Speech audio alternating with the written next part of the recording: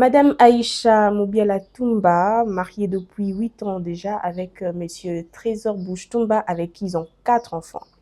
Détentrice d'un diplôme en licence professionnelle en gestion des organisations, plus précisément en gestion de ressources humaines, mais aussi elle détient un graduat en théologie libérale. Elle est pasteur des assemblées Trône Royal International depuis juillet 2019. Entrepreneur et fonctionnaire de l'État au ministère de la Culture et des Arts. Bienvenue sur ces plateaux de femmes épouses et mères. Je suis Eunice Damassala Kikaba. C'est toujours un honneur pour moi de vous retrouver sur ces plateaux afin que, une fois de plus, nous soyons bénis. Surtout, ne zappez pas, on se retrouve tout juste après cet élément.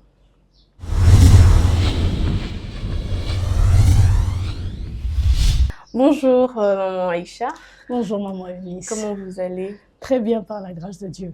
Je suis en tout cas bénie de vous recevoir sur ces plateaux. Bienvenue à vous. C'est un honneur. Maman Aïcha, vous êtes donc pasteur principal des assemblées Trône Royal depuis 2019. Alors, j'aimerais savoir, puisque vous êtes une femme, bon, on ne dit pas que les femmes ne peuvent pas, hein, parce que les femmes peuvent beaucoup. Hein. Effectivement. Oui, mais comment avez-vous fait? Comment faites-vous pour tenir aussi longtemps? Waouh! Alors, quelle question! D'abord, merci pour l'opportunité que vous me donnez d'être là et de pouvoir donner ma petite part de contribution à ce travail magnifique. Je suis Merci. Les émissions et on est très bénis. Amen. Alors, comment on tient? On tient par la grâce de Dieu d'abord, parce que déjà, on ne s'est pas appelé soi-même. Donc, il y a quelqu'un qui nous a appelés et par la force de qui on arrive à faire le travail pour lequel il nous a appelés. Mais on tient aussi parce qu'il y a des principes, il y a une certaine discipline quand même qui va avec le travail qu'on fait, parce que sans la discipline, ça va dans tous les sens. Oui, c'est sûr. Donc, on est en train de travailler pour le Seigneur et on tient à cause de sa grâce, à cause de la discipline, mais aussi à cause du focus qu'on a sur la vision. On essaie de ne pas se disperser dans tout ce qui se fait, mais de rester constant et égal à nous-mêmes par rapport à ce que le Seigneur nous demande de faire. Donc voilà un tout petit peu ce que je peux dire d'entrée de jeu. Ah, gloire au Seigneur, ça prouve que les femmes aussi peuvent, hein, par l'aide du Saint-Esprit. Alors, de votre manière de travailler, vous êtes avec les femmes, tout comme les hommes. Alors, quel est l'apport actuellement de la femme à l'Église pour l'aider à évoluer? Alors là aussi, on parle de l'Église locale ou on parle de l'Église corps? Non, parlons d'abord de l'Église locale. D'accord. Alors, déjà, à Trône Royal International, vous remarquerez que le visionnaire est une femme. Donc, c'est déjà le premier élément marquant. C'est que Dieu s'est décidé de travailler par nous. Et ça crée justement autour de nous une certaine émulation, dans le sens que déjà, dans certains postes clés de l'Église, il y a principalement des femmes. Donc, mes 2 assistantes financières et administratives sont des femmes. Les directrices de l'Écodim, il y en a 2, elles sont des femmes. Mon interprète principale est une femme. Ah, les hommes ne seront pas contents. Hein. Ah bon, on ils a sont l'impression là. qu'on les a mis de côté. Non, non, mes héros dans l'ombre sont là. Mais pour montrer là juste la représentativité des femmes, elles sont là et elles font un bon travail parce que déjà elles sont compétentes, elles ont du potentiel et elles ont conscience de l'appel de Dieu sur leur vie. Donc nous sommes très, très, très soutenus par le ministère des femmes autour de nous. Et ça aide l'œuvre de Dieu à avancer. Ah, gloire au Seigneur, hein. Voilà. Les femmes, les mamans, courage et félicitations à vous hein, pour tout ce travail que vous êtes en train d'abattre, en tout cas dans les coulisses. Parfois, c'est pas vu aux yeux du monde, mais les femmes, elles font beaucoup. Exactement. Qu'elles soient ménagères, peu importe le domaine dans lequel elles se retrouvent, en tout cas, elles font beaucoup. Alors, vous êtes pasteur. Votre mari n'est pas pasteur. Si. Il est pasteur. Il est aussi serviteur. Il est serviteur. Pasteur? Oui. Mais vous êtes à la tête. C'est bien ça. Exactement. C'est quelque chose, hein, la société va peut-être vous regarder à la loupe hein, pour se dire peut-être qu'on doit considérer cette femme comme supérieure à son mari. Bah, je ne pense pas parce que je crois que dans la société, il y a des cas types où dans la même entreprise, l'homme et la femme travaillent, mais la femme est le supérieur hiérarchique de l'homme. La femme donne de l'ordre à son mari. Alors là, il faut donc aller dans un je peux dire dans un sens d'équilibre. Il faut faire une répartition correcte des différents endroits et des différents rôles qu'on joue. Je suis le pasteur principal, il est le pasteur second. Là, on est dans le cadre de l'église, je suis son supérieur hiérarchique. Mais quand on change d'institution, c'est-à-dire qu'on va dans le mariage, la hiérarchie s'inverse automatiquement. Il prend sa place de chef et je prends ma place de second. Donc, le tout, c'est de ne pas faire un amalgame dans la gestion des institutions et des rôles. C'est-à-dire que quand je suis à l'église, je suis son pasteur, il me paye sa dîme, je donne des instructions. Donc là, c'est pasteur. Mais dès qu'on quitte le cadre ecclésial et qu'on entre dans la maison, automatiquement, pasteur Aïcha devient l'épouse de Monsieur Bush. Elle devient la femme qui doit se soumettre et qui doit marcher selon la vision que l'homme donne. Donc, c'est un peu comme ça qu'on se gère. Donc, dire que je puisse avoir une position de supériorité, je ne pense pas. Mais vous savez, vous êtes forte, hein, même pour ces femmes où... au bureau, c'est elle qui vient en première position, en tout cas, vous êtes vraiment forte parce que, je saurais pas donner un ordre à mon mari, j'aurais l'impression de l'avoir manqué du respect. Mais l'importance de faire un bon choix aussi parce que je dois avouer que j'ai la grâce d'avoir un homme qui comprend ce que je suis et qui m'accompagne dans le travail que j'ai reçu de Dieu de faire. Ça, c'est vraiment quelque chose de particulier. C'est quelqu'un qui n'a pas de complexe. Quand on parle de l'œuvre de Dieu, il sait que je suis second et il apporte sa pierre à l'édifice en tant que second sans que ça ne le pose un problème. Donc, c'est vraiment aussi une grâce dans ce sens-là. Oui, il faudrait aussi bien se marier. Il faudrait vraiment marier un chrétien en vrai sens du mot. Très, très important. Ah oui. Très important. Donc, vous rencontrez certainement des difficultés. Hein? Évidemment. Lesquelles? La première et la majeure difficulté, je dirais que c'est une difficulté d'ordre de genre. Parce que... Ça ne manque pas. Voilà, donc le genre, c'est vraiment la première grosse difficulté qu'on rencontre parce que le ministère est essentiellement coloré masculin. Et voir une femme dans ce monde totalement masculin, des fois, c'est pas très bien accepté, même quand on dit qu'on croit au ministère de la femme. Dans la réalité, des fois, c'est pas ce qu'on retrouve.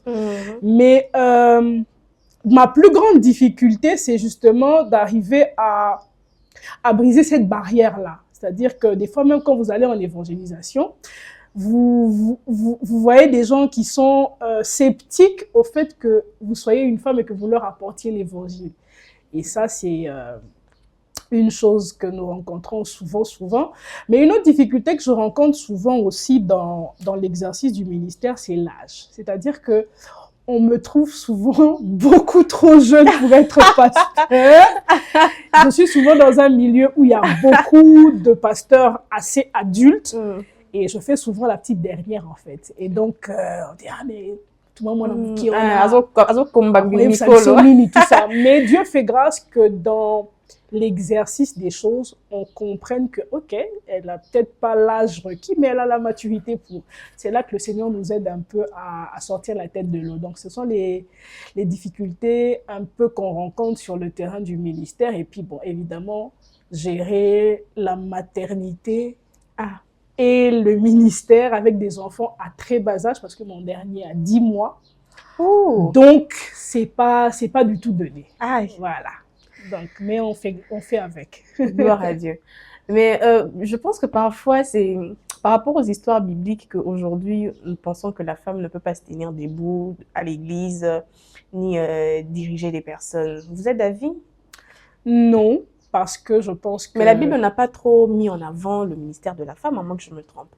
Ce qui est bien, c'est que même s'il n'y a pas beaucoup d'exemples, il y en a quand même. Je vais dans l'Ancien Testament, dans le livre des Juges, chapitre 4, et je vois une femme forte, Déborah.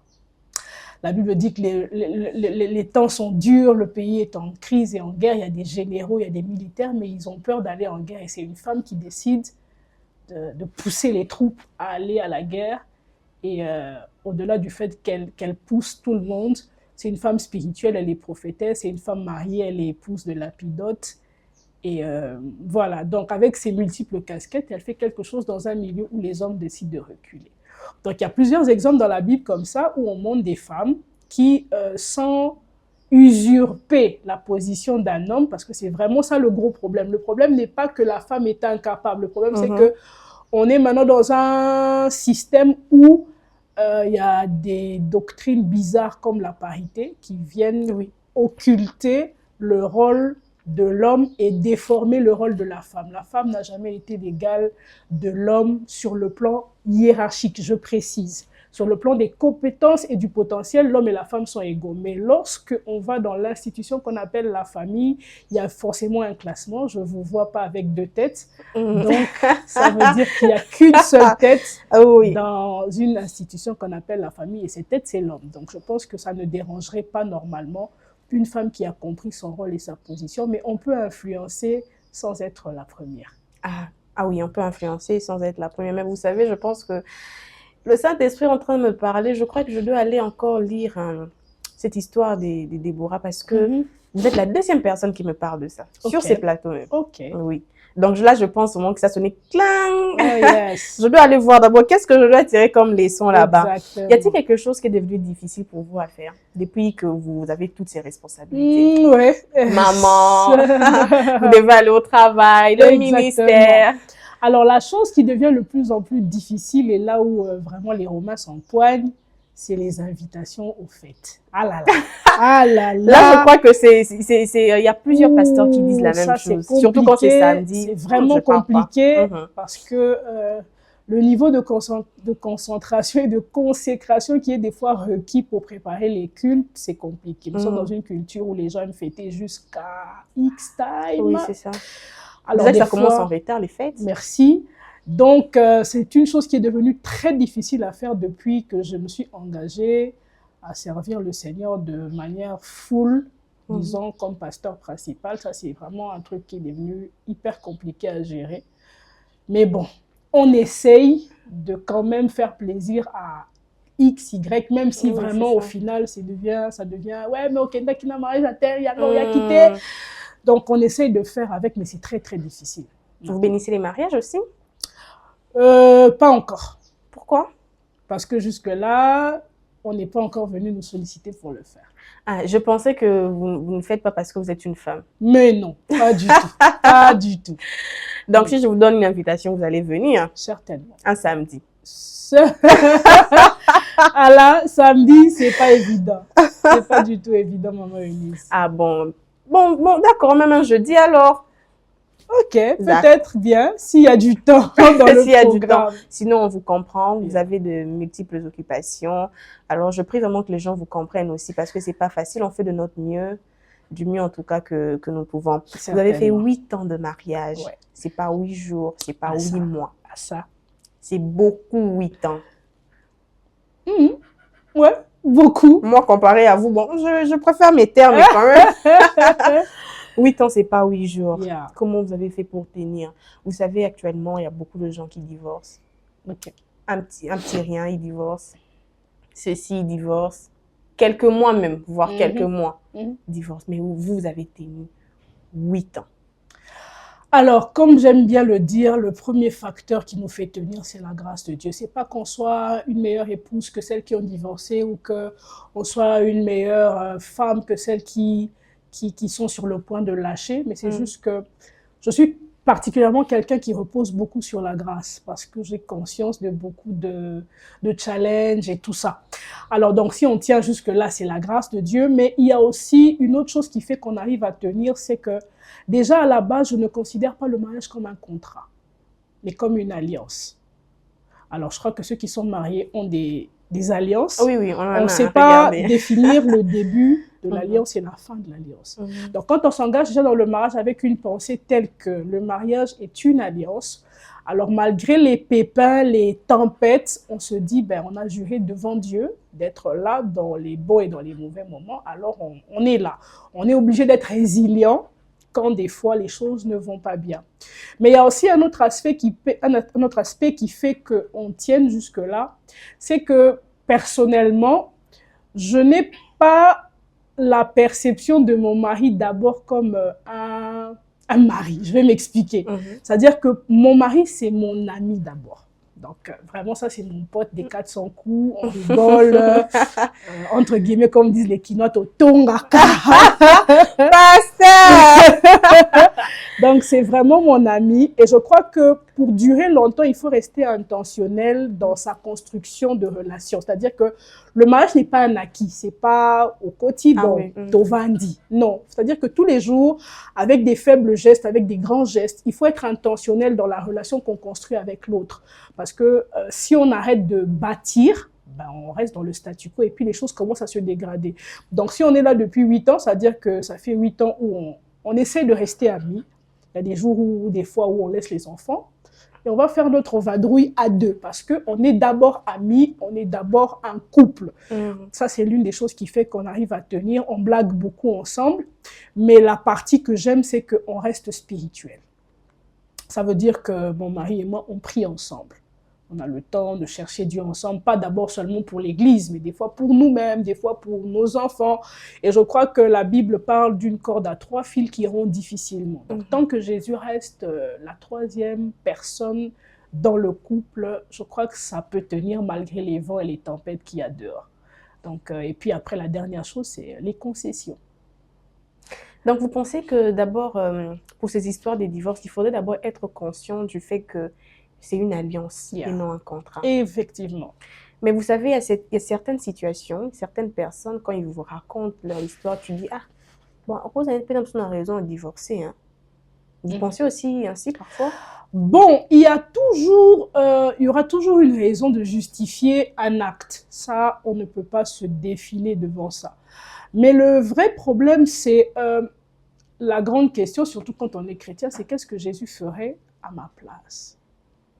C'est-à-dire que oui, je suis peut-être la victime dans l'histoire, parce que bon, dans les histoires de couple aussi, les torts sont toujours partagés. On ne peut pas dire que ouais, je suis totalement clean et puis c'est l'autre qui a toujours tout foutu en l'air. Non, il y a quelque part, il y a toujours une co-responsabilité dans la gestion des choses. Maintenant, après, c'est se dire qu'est-ce que Jésus aurait fait à ma place et se dire aussi, bon, est-ce que ça vaut vraiment la peine de casser pour ça?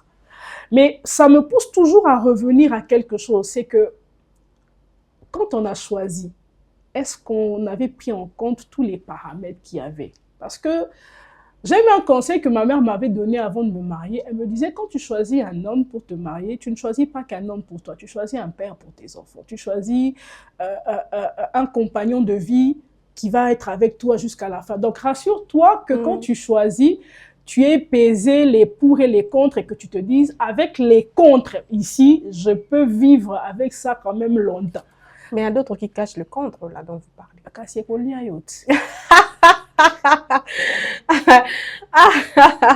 Oui, mais vous voyez, certaines personnes cachent, hein, ils vont cacher quelque chose, et puis c'est dans le mariage à Bimisi va griffe.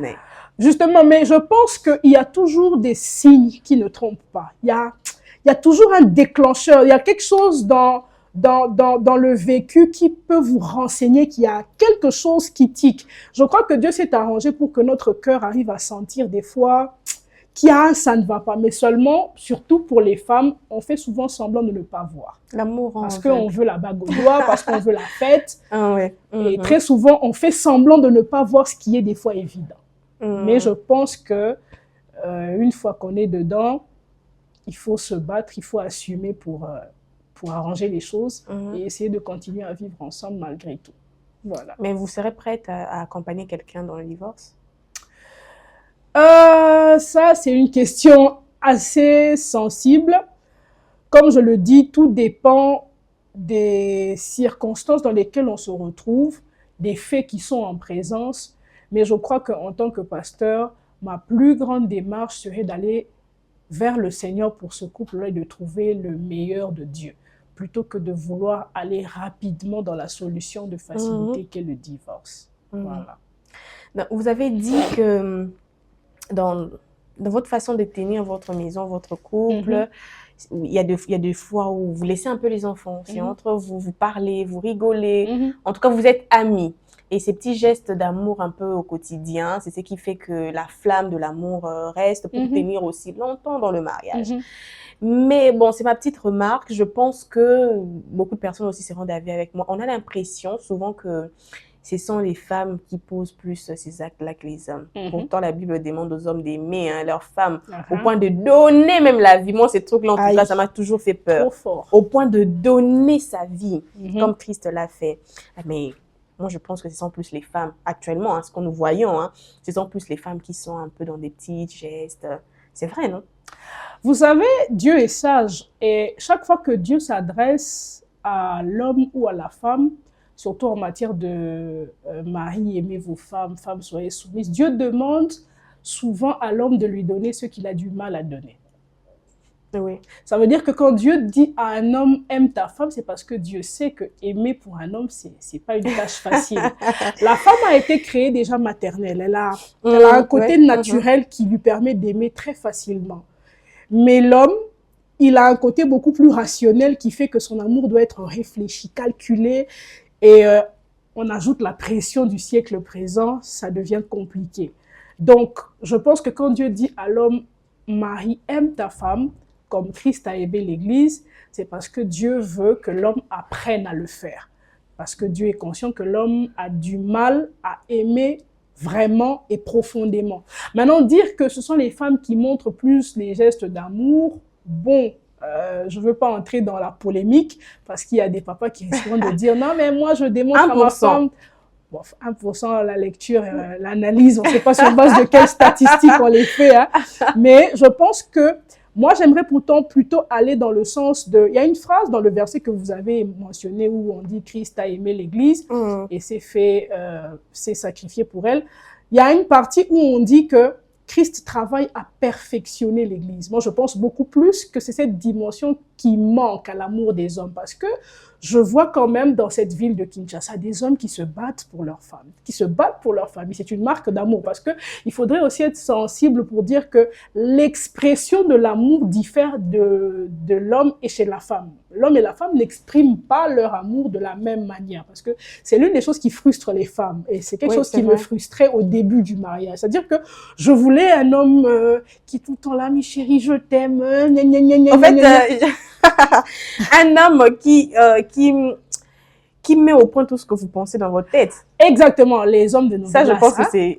Voilà. Je pense que c'est les femmes. Les femmes dans la logique de fabrication de l'homme, si je dois le dire, l'homme a une autre manière d'exprimer son amour.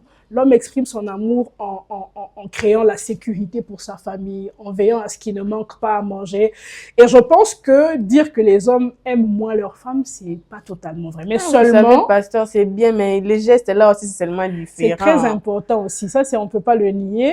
La femme est émotionnelle. Il faut de temps en temps une bise. De temps en temps, les papas. De temps en temps. Et tout ça. Mais je crois que le côté qui manque à l'amour des hommes, c'est vraiment ce perfectionnement de la femme. C'est-à-dire que vous pouvez assister dans des couples où l'homme est chiquement habillé, mais la femme, les enfants, c'est pas trop ça. Ou vous avez un homme qui prend beaucoup plus soin de lui que de sa femme et que de ses enfants. Donc je pense que travailler au perfectionnement de sa femme, c'est aussi manifester l'amour que Christ a manifesté à l'Église, ou que Christ manifeste à l'Église. C'est-à-dire que Christ ne nous trouve pas avec nos imperfections et nous laisse comme ça. Parce que très souvent, les hommes aiment qu'on les supporte avec leurs défauts, mais ils ont du mal à travailler sur leurs épouses pour les emmener à devenir justement les femmes qu'ils veulent qu'elles soient. C'est facile pour une femme de trouver un homme qui n'a rien et de travailler, de le façonner comme on dit. Mais c'est très difficile pour un homme de trouver une femme très bas et puis de la travailler et puis dire voici ma femme, je l'ai prise. Très souvent, on voudrait entendre ah bon non, Lucas, moi c'est un ministère. Donc, il estime que celle qui est là, elle ne répond pas trop au profil ou celle qui est avec moi, bon, je peux pas trop sortir avec elle, elle n'est pas soignée. Or, ça fait partie du travail de l'amour. Ah, ma chérie, je pense que tu dois changer ta coiffure, tu dois changer ta manière de faire telle chose, la perfectionner jusqu'à faire d'elle ce que vous avez dans votre tête en tant que vision de femme. Donc, voilà. Vous savez, on dit que les femmes demandent beaucoup dans les mariages parce que déjà toute petite, là, elles jouent avec des poupées comme ça. Donc, elles se font dire beaucoup d'histoires. Okay. Alors, quand elles vivent pas ce qu'elle était en train de raconter, c'est tout un problème. Alors, pasteur, toujours dans le cadre d'aider les couples, les femmes, les hommes à tenir longtemps dans les mariages, à supporter, à surmonter les épreuves, quels conseils donneriez-vous brièvement à ces personnes? Alors, déjà, je voudrais m'adresser à toutes les familles ou à tous les couples qui se sentent fragilisés, en difficulté, qui ont envie de lâcher, j'aimerais vous dire, ne lâchez pas. Dieu vous a placé à côté de cet homme ou à côté de cette femme, certainement pour accomplir un but. Amen. Et lâcher serait dire à Satan, tu as gagné. Alors la deuxième chose que j'aimerais vous emmener à comprendre ou vous donner comme conseil, c'est que bâtissez sur Christ de manière intentionnelle. C'est-à-dire, ne laissez aucun domaine de votre vie de couple, de votre vie de famille, sans y mettre Christ. Jésus devrait être le centre de tout ce que vous faites en tant que couple et en tant que famille. Ça, c'est la deuxième chose que je voudrais vraiment nous encourager à faire. Et pour tenir encore plus longtemps, comme je l'ai dit, il y a comment on appelle, j'appelle ça la loi des priorités. C'est-à-dire qu'il y a dans chaque couple des choses qui sont prioritaires. Des fois, on fait passer ce qui est urgent avant ce qui est important ou avant ce qui est prioritaire. Et c'est ce qui déséquilibre un peu la balance. Je l'ai dit tout à l'heure, il y a des fois où, en tant que couple, vous devez vous désolidariser des enfants pour pouvoir créer une intimité. Il y a des moments où vous devez vous désolidariser des familles pour pouvoir créer un noyau fort. Et je vous encourage justement à le faire pour pouvoir aller plus loin dans votre relation avec votre partenaire et avec votre famille. Voilà. Amen. Gloire au Seigneur. Gloire à Jésus. Pasteur, j'aimerais savoir, c'est vrai que c'est l'organisation. Il faudrait savoir s'organiser. Mais peut-être il y a des astuces que vous faites pour gérer en même temps votre maison, les séculiers et le ministère. Parce que vous avez des enfants, donc d'ailleurs vous avez dit, vous avez encore un tout petit bébé, mais vous devez combiner le tout. Vous avez des astuces pour vous organiser? Bon, déjà, ma première astuce, c'est que je prends le temps tel qu'il m'est donné. Je vais m'expliquer. J'ai des enfants qui vont à l'école, ça veut dire qu'ils sont déjà très tôt debout. Et quand ils sont debout, je suis debout pour essayer de gérer un peu comment ça va se passer, bien qu'il y a quelqu'un qui peut s'en occuper, mais des fois, il faut superviser pour savoir est-ce que tel a fait ce qu'il fallait faire. Et quand ils partent, généralement, je reste avec le petit et mon mari.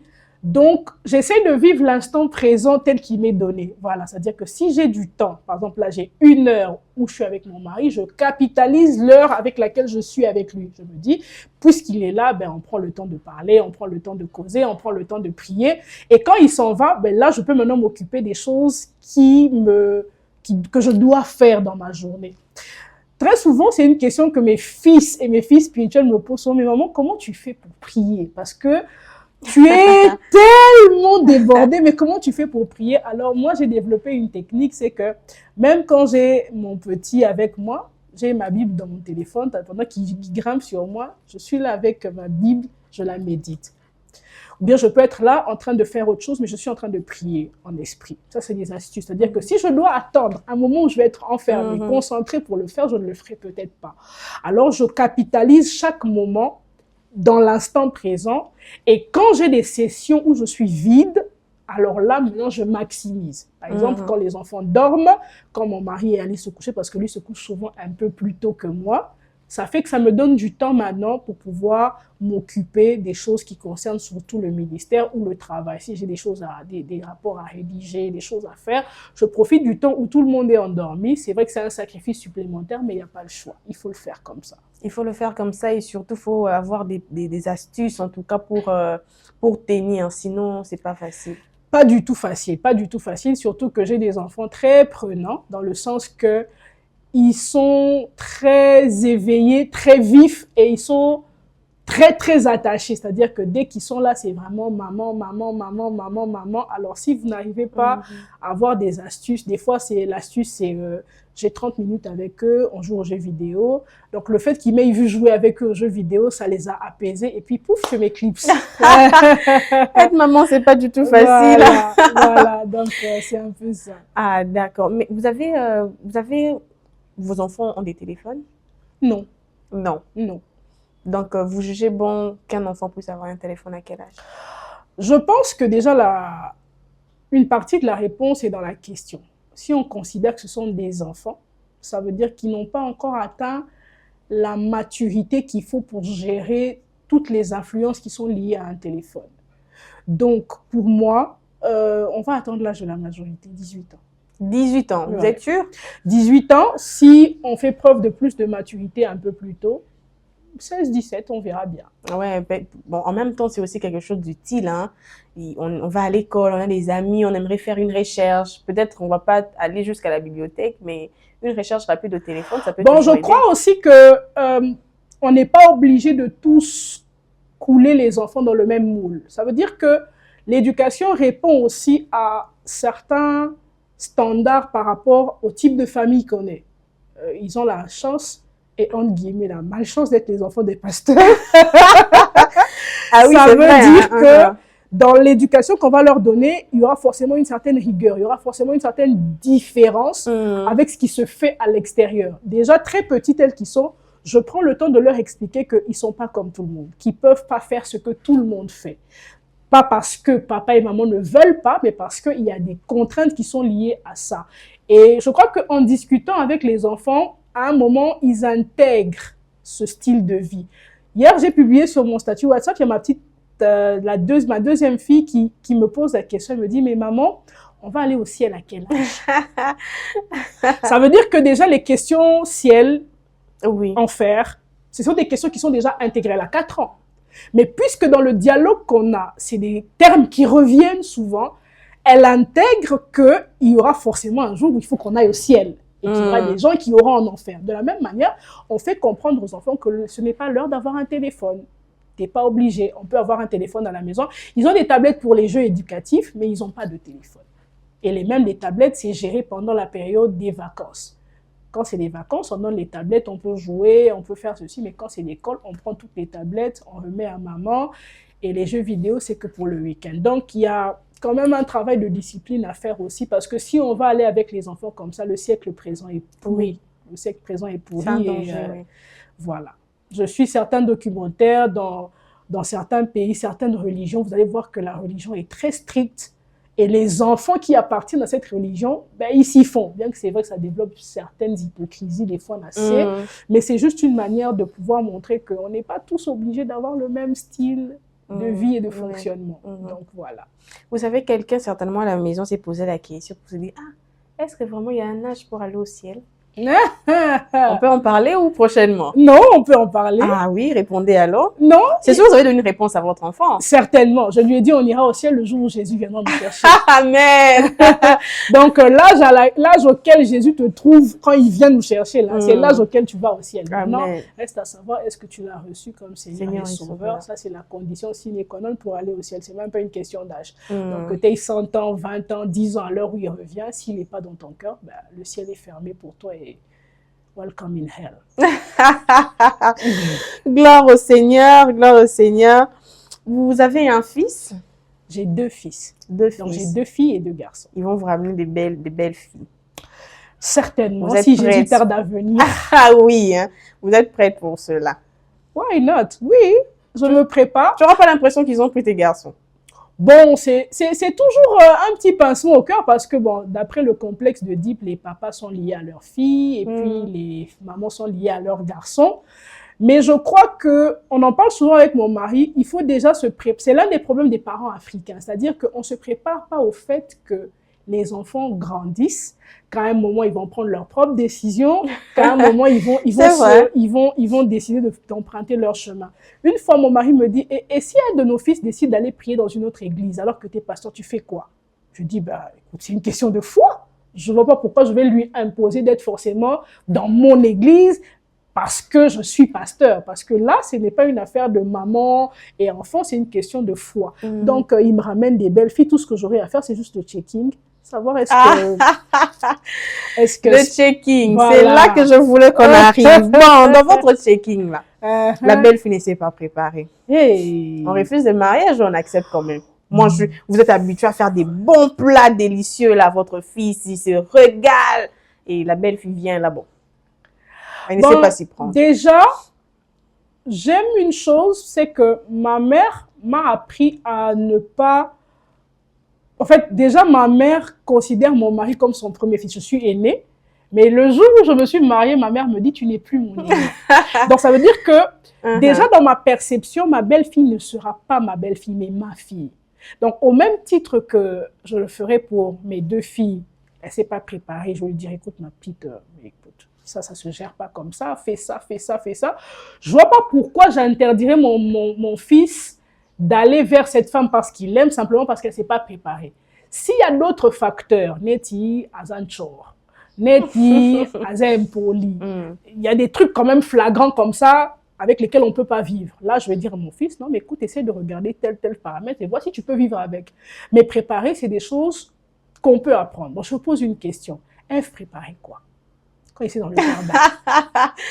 Bon, en tout cas, la Bible n'a pas mentionné. Il y avait des arbres, parce qu'à l'époque de Éden, avant qu'il ne sorte du jardin, l'homme n'était pas animalier, il ne mangeait pas de la viande. Donc, on suppose qu'il cueillait sur les arbres et tout ça. Donc, il n'y avait pas de cuisine à faire. Donc, ce n'est pas un critère sur lequel on va s'asseoir pour dire non, on ne va pas l'épouser. Non. Mais si c'est quelque chose qui est important, on peut lui apprendre à le faire. C'est question de checker ses dispositions. Est-ce qu'elle est enseignable? Est-ce qu'elle est prête à apprendre ce qu'elle ne connaît pas? C'est ça aussi un autre problème. Voilà. Ouais. C'est juste ça. Mais dire que Torobo et Hannibal pas Ebikolambaté, non, c'est quand même fort. C'est quand même fort. Parce que même nous qui savons préparer dans les foyers, là, c'est pas tous les jours qu'on prépare. Avec les responsabilités, plus elles évoluent, des fois, ton mari comprend que tu ne peux pas entrer à la cuisine. Tu prépares un séminaire, par exemple. Tu ne vas pas préparer de lundi à dimanche parce qu'il sait que mercredi, jeudi, vendredi, tu dois te fraîcher. Donc, ça veut dire qu'il va te laisser travailler en cuisine lundi, mardi. Et puis, il te dit, bon, le reste des jours-là, travaille ce que tu vas faire. Tu es là, tu coordonnes. Donc, ce n'est pas pour ça qu'on va mettre une femme à la porte, comme je vois souvent, tout ça, ça s'apprend. Ça s'apprend, en tout cas, il faudrait prêter oreille au conseil aussi des mamans. Oui, ça s'apprend, hein. Tout s'apprend. Yeah. Donc, c'est pas un critère pour lequel faudrait refuser un mariage hein, pour votre fils, chère maman. Ne zappez pas, on se retrouve tout juste après. Nous allons parler aujourd'hui de la gérance de personnel, ressources humaines au milieu ecclésiastique. À tout à l'heure.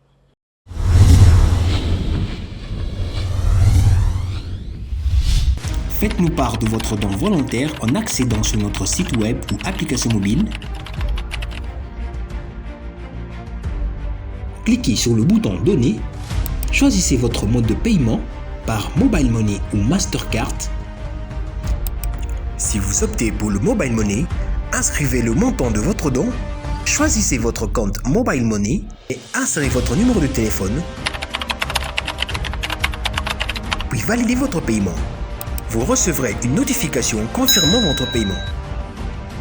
Si vous choisissez pour un paiement Mastercard ou Visa, insérez le montant de votre don volontaire, remplissez votre identité suivi de votre numéro de téléphone, votre email, votre numéro de carte Visa ou Mastercard, la date de validité de votre carte Mastercard ou Visa, insérez les 3 chiffres du code CVV juste à l'arrière de votre carte, puis validez votre paiement.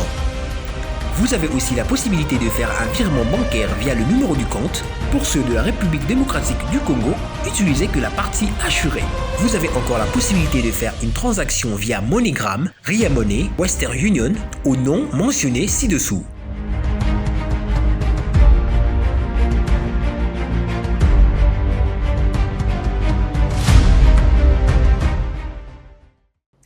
De retour sur ces plateaux de femmes, épouses, mères. Si vous venez de nous rejoindre, en tout cas, bienvenue. Je vous conseille d'aller sur notre chaîne YouTube. Vous allez retrouver l'intégralité de ce programme. Nous sommes avec maman Aïcha, pasteur. Maman Aïcha, vous avez une licence, une maîtrise en gestion d'organisation et en ressources humaines. Pouvez-vous nous parler brièvement de ressources humaines? Alors là, je pense que l'homme est la ressource principale et fondamentale de toute la création. La preuve, Dieu crée l'Éden, il crée les eaux, il crée les poissons, il crée tout ce qu'il faut, mais après il faut un manager et il faut un homme. Ça veut dire qu'on peut créer l'intelligence artificielle, on peut tout faire, mais on ne pourra jamais se passer de l'homme parce que l'homme est la ressource principale et fondamentale. Et l'homme est une ressource multidimensionnelle parce que d'abord, l'homme est un être spirituel. Donc, quand vous gérez les hommes, vous gérez des esprits. Vous gérez des êtres spirituels. Mais vous gérez aussi des êtres émotionnels, vous gérez des êtres sentimentaux, vous gérez des êtres avec du potentiel. Et donc, gérer l'homme, c'est la chose la plus difficile qui soit dans une organisation. Et je pense que si on arrive à bien gérer les hommes, alors on pourra mieux gérer les ressources avec les hommes. D'accord, donc vous êtes là. D'ailleurs, je pense que c'est une grâce pour vous parce que vous connaissez déjà quelques notions en ce qui concerne la gérance et autres. Donc, à l'église, ça vous a facilité la tâche d'une certaine manière. Oh non, c'est ce que je suis en train de dire. L'homme est gérable, mais il est aussi ingérable parce que il y a toujours des facettes de l'homme que vous découvrez parce que l'homme n'est pas le même sous pression que lorsqu'il est hors de la pression. Et le ministère, je vous assure, c'est beaucoup de pression. Et gérer les hommes, ce n'est pas toujours facile, mais je pense qu'il est possible de les gérer quand on arrive déjà spirituellement à avoir de l'ascendant sur eux. Voilà pourquoi l'homme de Dieu ou la femme de Dieu qui gère l'Église doit avoir une très grande spiritualité parce qu'il gère d'abord des esprits. Et en tant que cela, ça doit demander beaucoup d'autorité spirituelle pour savoir s'imposer sans être dictateur, parce qu'il y a aussi une nuance entre les deux notions. Donc, gérer les gens à l'église, c'est pas toujours facile parce que chacun vient avec son caractère, chacun vient de sa famille, chacun vient avec son mindset, chacun vient avec sa perception de l'église et sa perception du pasteur. Donc, il faut gérer un peu toutes ces accointances-là et c'est pas toujours facile. Donc, en parlant de spiritualité et des gérances, vous nommez les responsables? Oui, on donne des postes de responsabilité à certaines personnes. Et l'histoire qui m'inspire toujours, parce que je lis toujours la Bible aussi sous mon regard de manager, Jésus veut commencer le ministère et il doit s'entourer de ressources. Mais Jésus va prier d'abord. On dit qu'il prie toute la nuit. Et malgré qu'il prie toute la nuit, mais dans ceux qu'il choisit, il choisit un démon, Judas. Judas, en tout cas, mais la spiritualité de Jésus fait que Judas ne l'empêche pas d'accomplir sa mission. Parce que Jésus le gère spirituellement. Sois ce que tu es, mais c'est moi qui ai le dernier mot. C'est-à-dire que nous donnons des postes de responsabilité aux gens, mais on commence d'abord par essayer de demander au Saint-Esprit qui est qui. On prend le temps d'essayer de prier pour les différents profils. On prend aussi le temps d'observer parce que ce n'est pas président, ceux qui a maman, ceux qui président, ceux qui a nini. Non, on prend le temps de vivre aussi avec les gens parce que l'une des qualités fondamentales dans une ressource humaine, ce n'est pas d'abord la compétence, mais le savoir-vivre. Ça, c'est ce que j'ai appris à mes dépens. Je préfère un incompétent qui sait vivre avec les gens qu'un compétent qui est difficile à vivre. Parce que l'incompétent qui a le savoir-vivre peut acquérir la compétence. C'est vrai. Mais changer ce qu'on est, c'est très difficile. Donc, pour essayer de répondre à votre question, on nomme les gens en fonction des saisons parce que une position peut être la vôtre pour une saison, mais ne plus être la vôtre dans la prochaine saison. Parce qu'on est dans l'église, on n'est pas dans une institution étatique. Non, on est dans l'église où le mouvement de l'esprit est dynamique. Et selon les saisons, il faut savoir placer la bonne personne au bon endroit. Vous savez, pour moi, c'est la première fois d'entendre un langage pareil. Hein. Ah bon? Oui, oui. Je suis très étonnée. Et puis, je sais pas, en même temps, ça me réjouit. Je me dis que oui, c'est vraiment l'église. L'église doit être comme ça. On ne doit pas seulement s'attarder sur... on ne doit pas être comme le monde, où on va mettre quelqu'un à un poste parce qu'il a juste de l'argent à offrir à l'église. Pas du tout. Ou juste parce que, bon, Nazara 10 ans à poste, Nazara ancien. Non. En tout cas, c'est quelque chose de nouveau pour moi. Voilà. Je bénis le Seigneur pour ça. Ok, que Dieu soit loué. Wow. Donc, c'est un peu comme ça qu'on essaye de procéder. Je suis quelqu'un d'assez sympa, mais en matière de travail, je suis vraiment quelqu'un de très rigoureux. Je n'aime pas mélanger les émotions et le boulot et le travail. Donc moi, très facilement, quand quelqu'un ne remplit pas sa tâche, je m'attelle à ce que la personne soit secondée par quelqu'un qui va faire mieux pour le challenger à faire son travail, soit carrément, tu n'es pas prêt. Et donc c'est un peu comme ça qu'on fonctionne à Trône Royal pour les différents postes.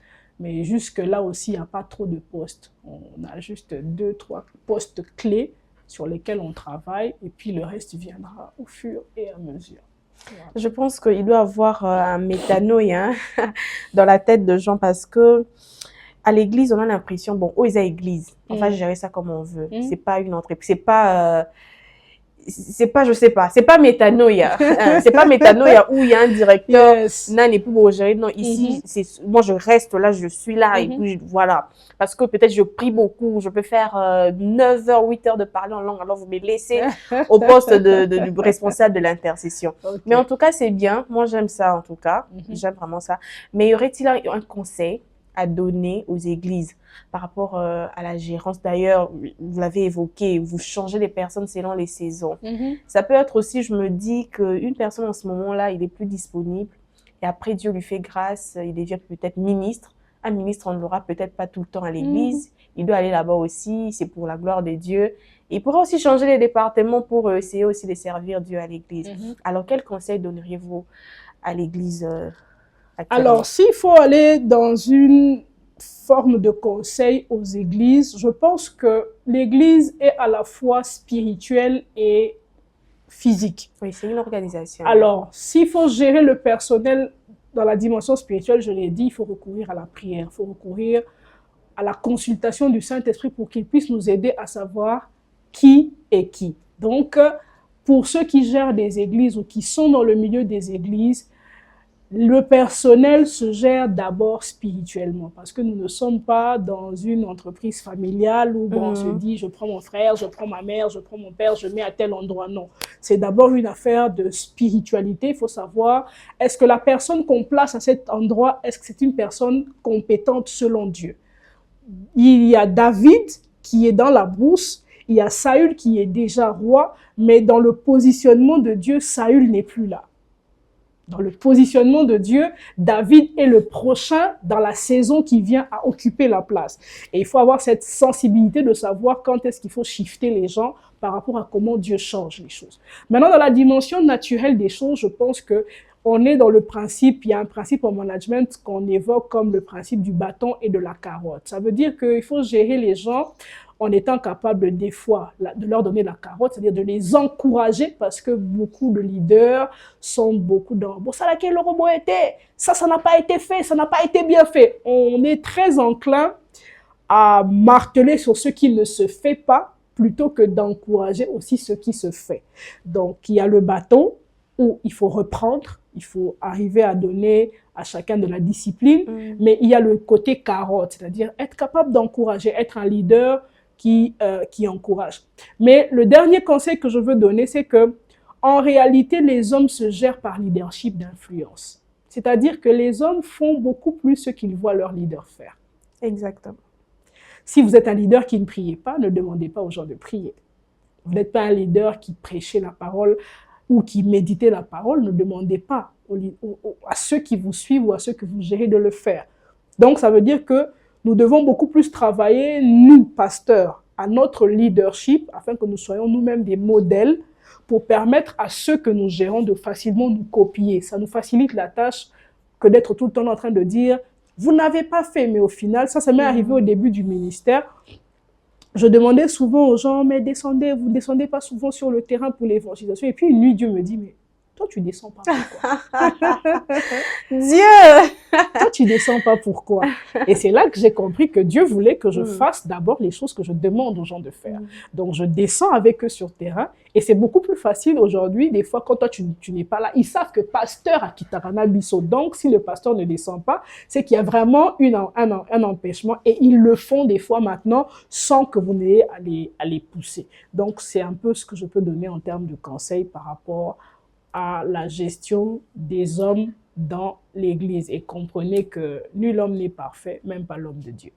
Oui, on a dit, hein, quelqu'un m'a dit, c'est d'abord homme et puis Dieu. Exactement. C'est pas Dieu homme, c'est homme des dieux. Certainement. Merci beaucoup, maman Aïcha. Je vous en prie. En tout cas, merci pour vos conseils, merci pour tout ce que vous avez donné ici sur ces plateaux. En tout cas, moi, j'ai retenu plein de choses et je sais qu'à la maison aussi, beaucoup de personnes sont bénies. Que Dieu soit loué. Oui, mais avant que nous puissions nous séparer, comme vous êtes pasteur à la tête, vous allez prier, si cela est bien sûr possible, pour l'Église corps du Christ. Yes. Oui.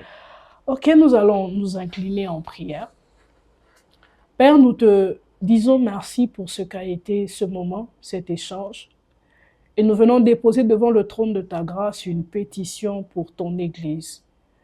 Tu as dit que les portes du séjour des morts ne prévaudront point contre ton Église. Je prie, Seigneur, que toute forme de mort qui veut déstabiliser ton œuvre à travers le monde, en fragilisant la consécration de tes serviteurs, en fragilisant la concentration de tes appelés. Je prie, Seigneur, que toutes ces forces soient repoussées par la puissance de Dieu. Je prie également que l'Église redevienne la colonne et l'appui de la vérité dans ces temps sombres. Je prie que nous soyons lumière du monde et je prie que nous soyons le centre par lequel les mentalités sont bousculées, renouvelées, afin que nous ayons une nouvelle catégorie, une nouvelle génération de citoyens et de membres dans nos églises. Que ta paix et ta grâce demeurent avec nous, dans le nom de Jésus. Amen. Amen. Voilà. On dit Amen ici sur ce plateau de femmes, épouses et mères, et Amen chez vous à la maison. Je le dis toujours parce que Dieu nous donne au-delà de ce que nous avons imaginé. Recevez en tout cas au-delà de vos attentes. Que le Seigneur Dieu vous bénisse. Et surtout, n'oubliez pas notre rendez-vous, ces rendez-vous bénissants de chaque vendredi 19h30 heure de Kinshasa. Vous pouvez nous retrouver sur notre site internet, sur la chaîne TNT et sur notre chaîne YouTube. Que l'Éternel Dieu vous bénisse en tout cas. D'ici là, portez-vous bien. Au revoir. Au revoir.